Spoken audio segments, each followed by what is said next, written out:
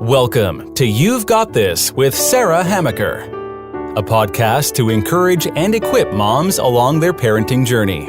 Join Sarah each week as she interviews dads and moms like you and discusses the joys, challenges, and rewards of raising kids. Hi, welcome to this week's You've Got This. I'm your host, Sarah Hamaker, and today I'm delighted to have Patti Garibay. She's the executive director and founder of American Heritage Girls, and she has been working with girls in leadership and leadership for many years. And full disclosure, my two teenage daughters have been with AHG since they were in 2nd and 3rd grade, and they're now in 9th and 10th grade. So I love this program. I think it's just great the way it helps girls find their potential in leadership and other areas as well. So welcome, Patti.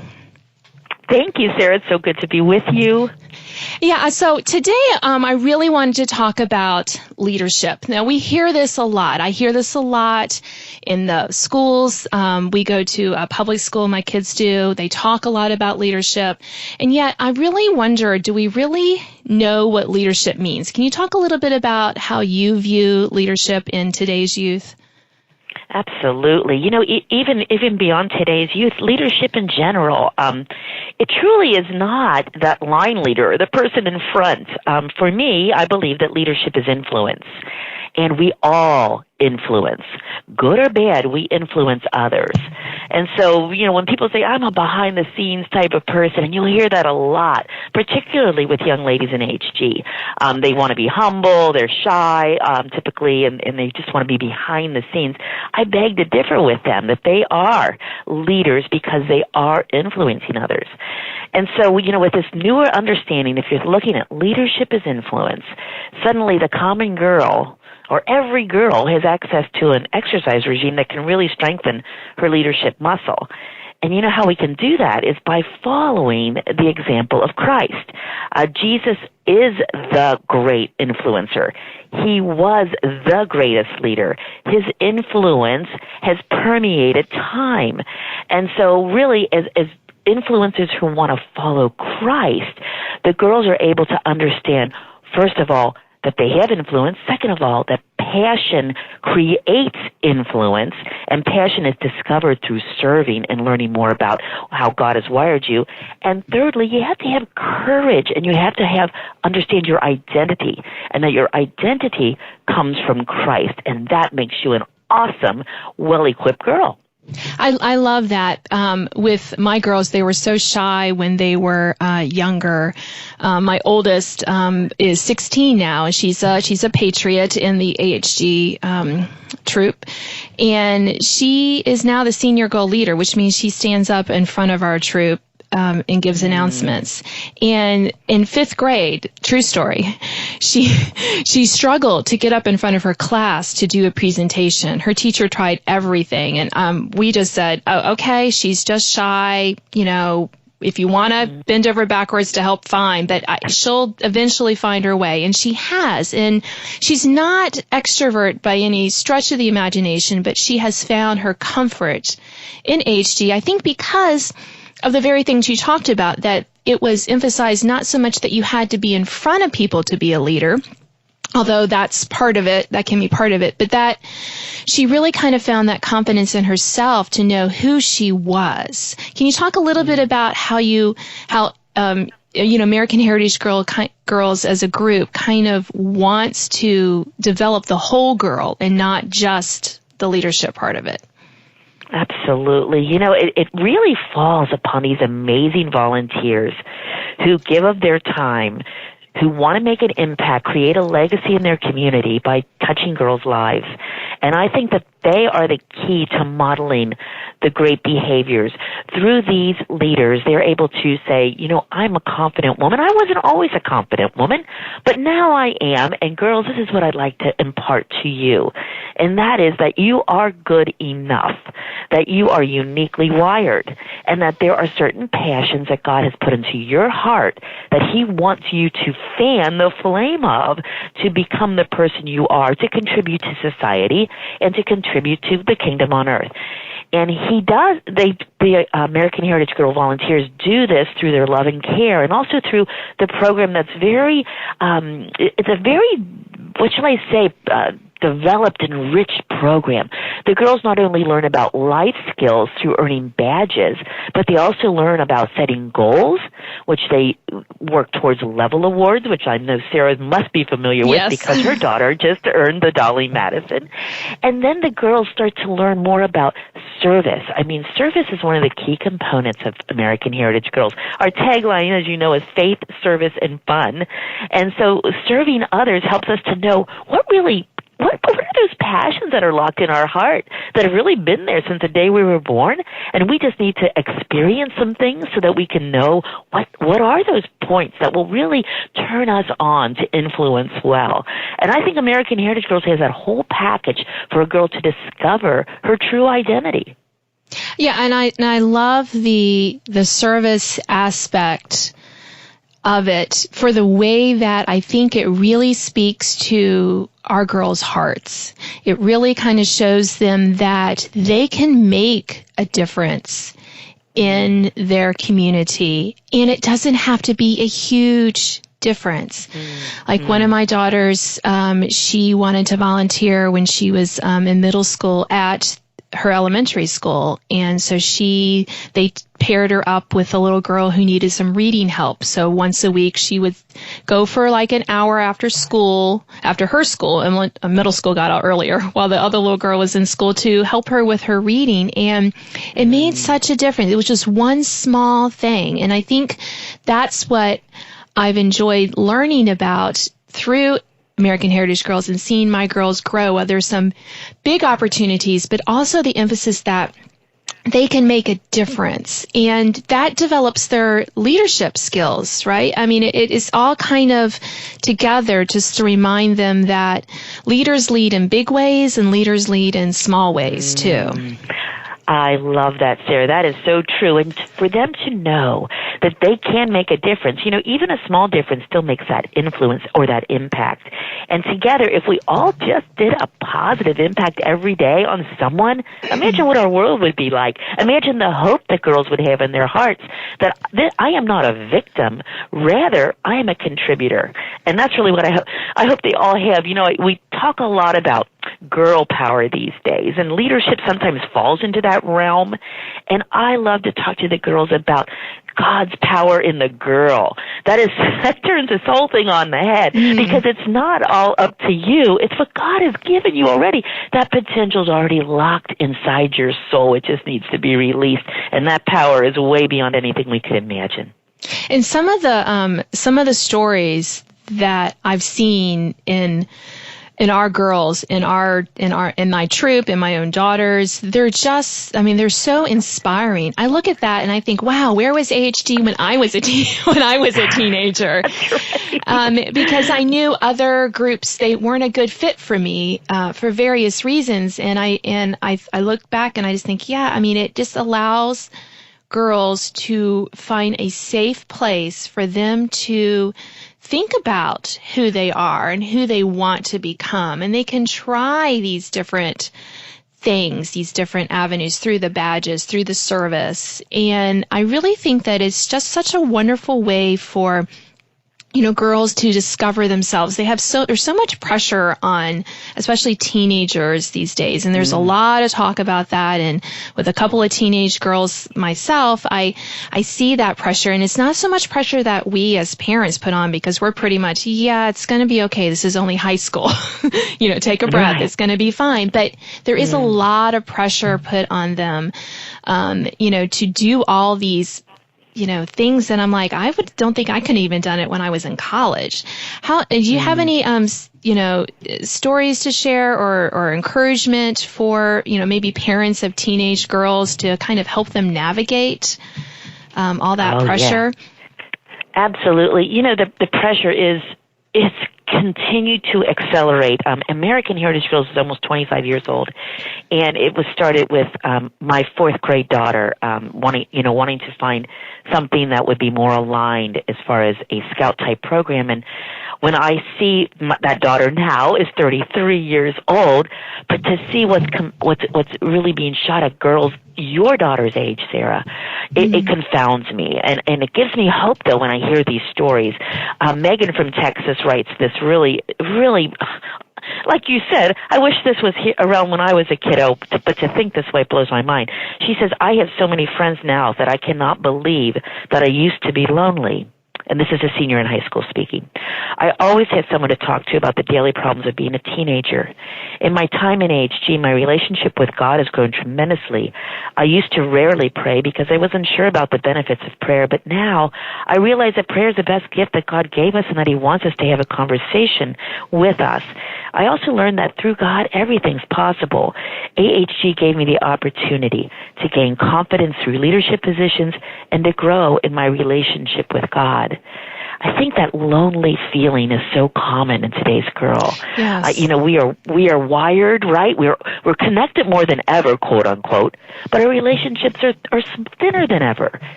And that through our relationship with God, that helps to want to reach out to others and to form deep relationships. I have another real quick one from Missouri, yes. Kaylin. Kaylin's her name, and she wrote this. I have been in AHG since I was in first grade. Of course, she's now a senior in high school. It is my backbone, and I have found my love for service and leadership skills through this organization. God has developed those gifts through AHG, and I believe He plans for me to use them in amazing ways in the future. These girls have hope, Sarah, yes. and that's what we want for each and every one of our daughters. It is. It definitely is. And I have just loved seeing our older girls in our troop. I'm the girl leadership director, which means I get the fun part of helping them develop their leadership and plan these events, and just the ways to see them grow and, find those connections and really, rely on God in a way that maybe they hadn't before is really just so precious. So thank you for sharing those stories. Now, so what about Generation Z?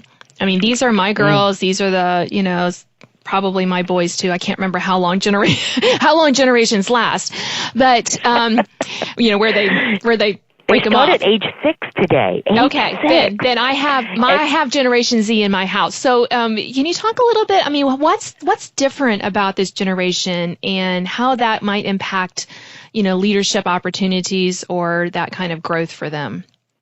Absolutely. Well, there's quite a few facts that I've learned about Gen Z through a multitude of places, but one of my favorite places is Facts and Trends through Lifeway Research, which they do a great job on studying these kinds of things. And first of all, Gen Z's everywhere. To your point, those kids born between 1996 and 2014, which is most of our kids today, make up 24.3% of the U.S. population. Wow. So they are everywhere. That's a quarter of our population. So what's happening to them is going to influence our country, and already is, right? Number 2 is they've always been wired. I mean, these kids know about the internet and cell phones. There's never been that day like I have. I don't remember what a website was back when that kind of thing. And so they're 92% go online daily, according to Pew Research. So they are wired. Number 3 is really, really shocking, and it's not just for boys, but it's for girls too. And what it is, Sarah, is they've seen porn, and maybe a lot of it. No other generations have pornography so readily available. And a survey of college students in New England found 73% had seen porn online before they turned 18. So this is a very big concern. They're more accepting of sexual fluidity. Gen Z supports gay marriage and transgender rights. And for them, this kind of stuff is part of everyday life. They've seen it on TV, and they've heard about it so much throughout their lives, their short lives. Number 5, they're racially diverse and they're multiracial. And they have friends from a variety of ethnicities, and I think this is fantastic. About half of kids under the age of 5 in the U.S. are ethnic minorities. So this is a new reality, too. Number 6, they're pretty independent. They don't like helicopter parents, and all the answers that they need to have, and Sarah, you probably know this, they can find it on the internet. They don't need their parents to answer those questions anymore. Number 7 is they're aware of a troubled planet. Most Zs have grown up since 9/11, and they've only known a world where terrorist attacks are the norm. And so they are looking with their eyes wide open about what's around that next corner. So they are a bit full of fear and know that this planet is troubled. They're very justice-minded, partly because they want a a better life for themselves, not to be in fear, but they want to make a difference in the world. And this is what I'm finding when I read these Stars and Stripes stories, etc., that these girls are so excited to make a difference because they want control over something. And can they please have some control by giving service and helping others? Number 9 is they're post-Christian. Almost a quarter of America's adults and a third of millennials are nuns claiming no religious identity at all. And many Zs are growing up in those very homes, and therefore we know what will happen. But it also lets us know that there's a huge opportunity here. And number 10, and this is the most exciting, they are open to faith. Although only 4 in 10 kids attend religious services weekly, 78% of older Gen Z say they believe in God. And that's a swing up, and that's exciting. So although many of these 10 things sound very scary, there's great opportunity. And I think programs like American Heritage Girls can really be an antidote to much of this. Yeah, and I thank you for sharing that, because it's always interesting. I mean, of course, I studied a lot of those. I'm like, yeah, YouTube is a big part of my daughter's lives. And, you know, yes, they have a lot of ethnically diverse friends, which I think is fantastic. I love that they're interested and that they're accepting on both. You know, all the families seem, you know, very nice and accepting of us and us of them. And I think that's just wonderful, because it just really shows that, you know, we are all alike in many ways with others. And I think that's great as well. And the faith aspect, too. I mean, I think we forget that girls can be leaders in their faith. With their faith. And again, it doesn't have to be standing on the corner with a tract in your hand, handing it to strangers. And yes, I'm having flashbacks to my own youth group experience, which was horrible for this poor little introvert girl. I was like, don't make me talk to him. But I love that, American Heritage Girls especially encourages girls that, you know, their faith is a part of their life. It's not just something they do on Sundays. And I've seen, you know, the girls, how they can share that in small ways and in big ways, and how I think American Heritage Girls just reminds them that, you know, we have Catholics and Protestants in our troop, and from different, you know, church backgrounds, and some more church than others, and that just gives them, I think, a good, safe way to talk about faith, and to see where we are the same, and to kind of focus on that instead of focusing on our differences. I love that. And, you know, those friendships of I like to call them ecumenical friendships are so powerful, because together they can lock arms and they can feel not alone, because so often it's easy as a Christian kiddo to feel like I'm the only one that feels that way. You know, society's screaming other messages. And so in this really cool, safe but not unchallenged environment of American Heritage Girls, you know, the girls all have their opinions and they all like to do different things. They still are able to come together and really, I think, drill deep and really establish some roots. And that's what when I read these essays these girls are writing, and I'm saying, wow, this program is impactful, and it's not because of something great I did or even the volunteers have done.